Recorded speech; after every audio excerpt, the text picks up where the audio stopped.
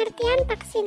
Vaksin merupakan antigen mikroorganisme yang diinaktivasi atau dilemahkan yang bila diberikan kepada orang yang sehat untuk menimbulkan antibodi spesifik terhadap mikroorganisme tersebut, sehingga bila kemudian terpapar akan kebal dan tidak terserang penyakit. Angka kesakitan dan angka kematian akibat vaksinasi. Kementerian Kesehatan mencatat 1.090 pasien meninggal dunia per minggu 13 Februari 2022 selama varian Omicron mendominasi kasus COVID-19 di Indonesia. 68% diantaranya tidak vaksin lengkap, 76% berusia di atas 45 tahun, 49% merupakan kelompok lanjut usia, dan 48% orang dengan penyakit penyerta. Jenis-jenis vaksin. Yang pertama ada live attenuated vaksin. Vaksin ini dibuat dari virus atau bakteri hidup yang dilemahkan. Contohnya vaksin BCG, kolera, polio, campak, rubella, dan rotavirus. Yang kedua ada killed or inactivated vaksin. Vaksin ini dibuat dari virus atau bakteri yang dimatikan dengan metode pemanasan atau dengan bahan kimia. Contohnya vaksin hepatitis A. Yang ketiga ada subunit vaksin. Vaksin ini dibuat dari bagian virus atau bakteri seperti protein dalam virus atau bakteri. Contohnya suntikan flu tahunan dan suntikan flu hepatitis B. Yang keempat ada toxoid atau inactivated toxin. Vaksin ini dibuat dari racun yang dihasilkan oleh mikroba. Contohnya vaksin tetanus. Selanjutnya yang kelima ada viral like particles atau VLP vaksin. Vaksin dibuat dari protein struktural virus dan tidak mengandung materi genetik apapun di dalamnya. Contohnya vaksin HPV. Yang keenam ada mRNA vaksin. Vaksin ini menggunakan mRNA virus yang mengkode protein tertentu, contohnya vaksin COVID-19. Yang ketujuh ada viral or bacterial vector vaksin. Vaksin ini menggunakan virus yang membawa gen tersebut dinyatakan sebagai protein imunogenik atau merangsang respon imun. Contohnya, vaksin tipe vektor adenoviral untuk mencegah penyakit COVID-19. Yang kedelapan ada DNA vaksin.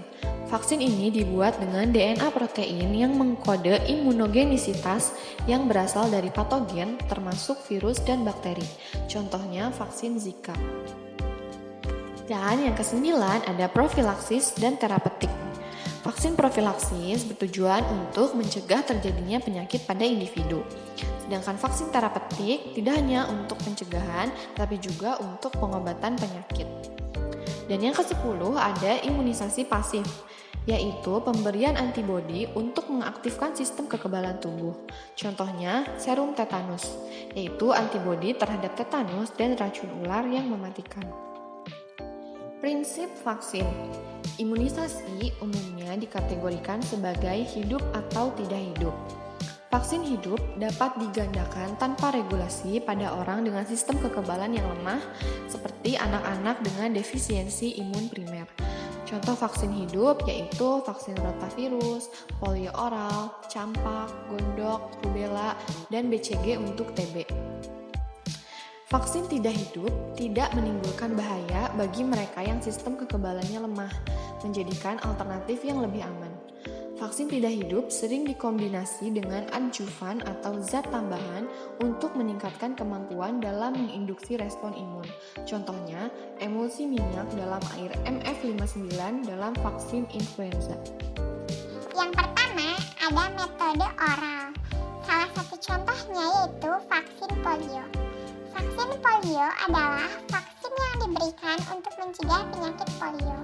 Terdapat dua jenis vaksin yaitu vaksin yang berisi virus polio yang tidak aktif yang disuntikan ke dalam tubuh, atau vaksin berisi virus polio yang sudah dilemahkan dan diberikan lewat mulut. Di Indonesia sendiri, vaksin polio adalah salah satu imunisasi yang wajib diberikan kepada bayi. Tujuan pemberian vaksin ini agar bayi memperoleh kekebalan terhadap penyakit polio yang dapat menyebar melalui infeksi virus. dan diberikan 4 kali pada usia 1 bulan, 2 bulan, 3 bulan, dan 4 bulan. Yang kedua ada rute subkutan, yaitu yang bertujuan untuk mengirimkan cairan ke jaringan antara kulit dan otot. Metode ini membuat penyerapan obat berjalan lebih lambat ketimbang intramuskular. Jarum yang digunakan pun cenderung lebih pendek karena tidak perlu mencapai otot. Pemberiannya dilakukan di jaringan lemak di belakang lengan.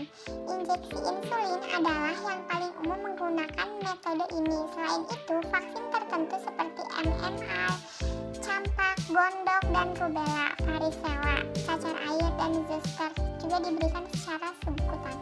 Yang ketiga ada intramuskular. Rute ini bertujuan untuk mengantarkan suatu zat ke dalam otot agar cepat diresap oleh pembuluh darah. Sebagian besar vaksin yang tidak aktif seperti vaksin influenza diberikan dengan cara suntikan intramuskular ini.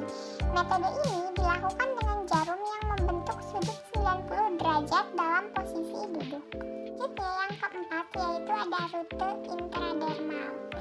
Dalam rute ini, obat dikirim langsung ke dalam dermis, yaitu lapisan yang berada tepat di bawah epidermis kulit. Suntikan sering diberikan pada sudut 5-15 derajat dengan jarum pada kulit pasien. Penyerapan membutuhkan waktu paling lama. Oleh karena itu, jenis intradermal sering digunakan untuk tes sensitivitas seperti tes tuberkulin dan alergi, dan tes anestesi lokal. Reaksi yang disebabkan oleh tes ini mudah dilihat karena lokasi suntikan pada kulit. Bagian tubuh yang sering dijadikan lokasi suntikan intradermal adalah lengan bawah dan punggung bawah. Selanjutnya ada metode intranasal, yaitu vaksin yang diberikan atau disemprotkan melalui hidung. Hidung merupakan tempat keluar masuknya udara saat bernafas. Pada hidung terdapat membran mukosa yang mengandung silia untuk menangkap zat asing agar tidak masuk ke dalam paru-paru. Pemberian vaksin melalui hidung diharapkan dapat mencegah penyakit pernapasan pada paparan pertama. Kelebihan dari vaksin intranasal adalah dapat memicu kekebalan reaktif silang, yaitu kekebalan terhadap patogen yang berbeda-beda, sehingga kekebalan yang terbentuk lebih luas, yaitu pada sistemik dan mukosa. Ada rute pemberian vaksin multiple. Yang pertama yaitu pastikan etiket tersedia pada setiap jarum suntik untuk mengidentifikasi jenis vaksin. Kemudian, berikan jarak setidaknya 1 inci antar lokasi injeksi. Selanjutnya, apabila memungkinkan, berikan vaksin dengan resiko reaksi lokal yang tinggi, misalnya vaksin yang mengandung tetanus toksoid. Selanjutnya yang terakhir, gunakan vaksin kombinasi, misalnya DTaP dengan IPV atau dengan hepatitis B jika sesuai untuk mengurangi jumlah injeksi. Dampak dan bahaya vaksin. Yang pertama ada dampak dari vaksin. Resiko yang dirasakan dari efek samping vaksin mungkin merupakan kendala yang paling umum vaksinasi. Nguyen et al. 2021. Persepsi publik tentang risiko vaksin mengalami kerusakan atau kerugian. Kerentanan yang dirasakan adalah kemungkinannya risiko mempengaruhi orang tersebut, misalnya efek samping vaksin. Sementara keparahan yang dirasakan adalah tingkat kerusakan yang disebabkan oleh risiko. Yang terakhir yaitu sejumlah faktor seperti efek samping vaksin, efektivitas vaksin, lama pemberian vaksin, harga, dan kuantitas. Selanjutnya ada bahaya dan efek samping dari vaksin.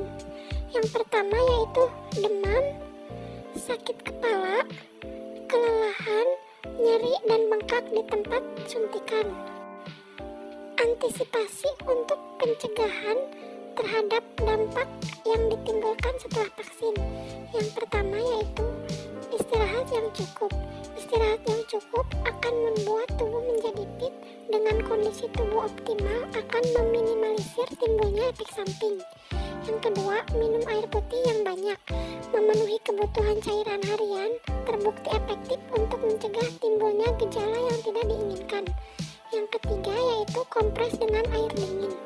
Dengan melakukan pengompresan pada lengan yang disuntik untuk mengurangi rasa sakit dan bengkak. Yang keempat yaitu aktif bergerak. Tidak bergerak sama sekali akan membuat otot menjadi kaku, sehingga lebih mudah sakit dan pegal akibat disuntik. Yang terakhir yaitu dengan minum obat penahan sakit. Diharapkan berkonsultasi dengan dokter mengenai obat apa yang disiapkan. Kesimpulannya yaitu vaksin merupakan antigen mikroorganisme yang diinaktivasi atau dilemahkan yang bila diberikan kepada orang yang sehat untuk menimbulkan antibodi spesifik terhadap mikroorganisme tersebut. Sehingga apabila kemudian terpapar akan kebal dan tidak terserang penyakit. Kemudian ada beberapa metode untuk melakukan vaksinasi. Kerentanan yang dirasakan adalah kemungkinannya resiko mempengaruhi orang tersebut, misalnya efek samping vaksin. Sementara keparahan yang dirasakan adalah tingkat kerusakan yang disebabkan oleh resiko